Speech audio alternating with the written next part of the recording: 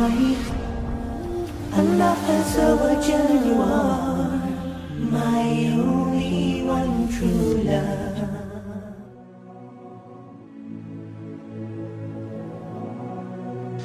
There was a young man who came to the Prophet ﷺ complaining to the Messenger ﷺ. He said to him, Ya Rasulullah, my father takes my money. He always asks me for money.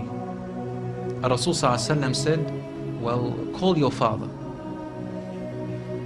He went to call his father. Jibreel alayhi salam came to the Prophet ﷺ in that time. And he said to him, Rasulullah, when the father comes to you, ask him, what were you saying in secret on your way here?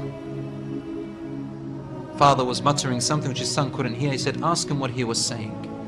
When the father approached the Rasul ﷺ, asked him, is it true what your son is saying? The father said, Ya Rasulullah, if he only knew what I'm using his money for anyway. I'm using it to look after his poor auntie. She is left without anybody. Where else am I putting it? Only in places where I have to. Using it towards his family. The Prophet ﷺ said, look, I want to ask you a question. Tell me about what you were saying in secret when you were coming towards me here.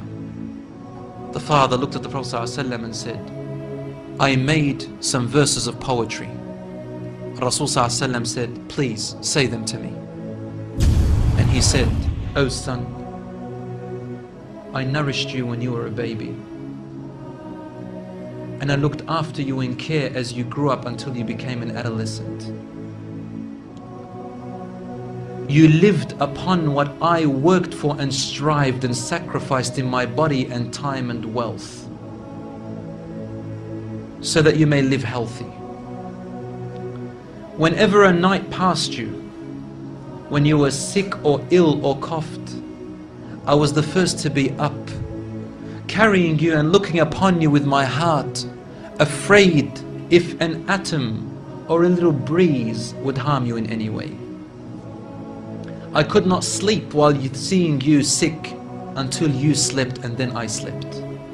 He said, when I ceased to see you sick, it was as if I was the one who was sick and ill, and so my eyes would always overwhelm with tears, but you never knew. And then he said, and when you finally reached the adulthood, which all my life I was anticipating and looking forward to seeing you become that. I mean, this is all he's doing, right? He's raising him, waiting for the day he's going to get married, the day when he will get his qualifications and finish, the day when he will get his skill, the day when he can stand on his feet, the day when he will rejoice, until you reach the day when I have all my life anticipated in my heart to see you reach and rejoice. You gave me a reward, and your reward was harshness and frowniness and mistreatment, as if I am the one who owes you and you owe me nothing. The way you treated me is like what a neighbor would treat his neighbor. I wish that you even gave me that. Al-Rasul ﷺ, he looked up at the father, and the father looked at him, and the Prophet ﷺ's beard was soaked with tears.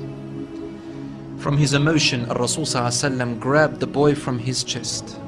He shook him and said to him, you and everything you own belongs to your father. This hadith is narrated in Ibn Majah. Today we see children taking their own parents to court because they took their house or their property. Allahu Akbar.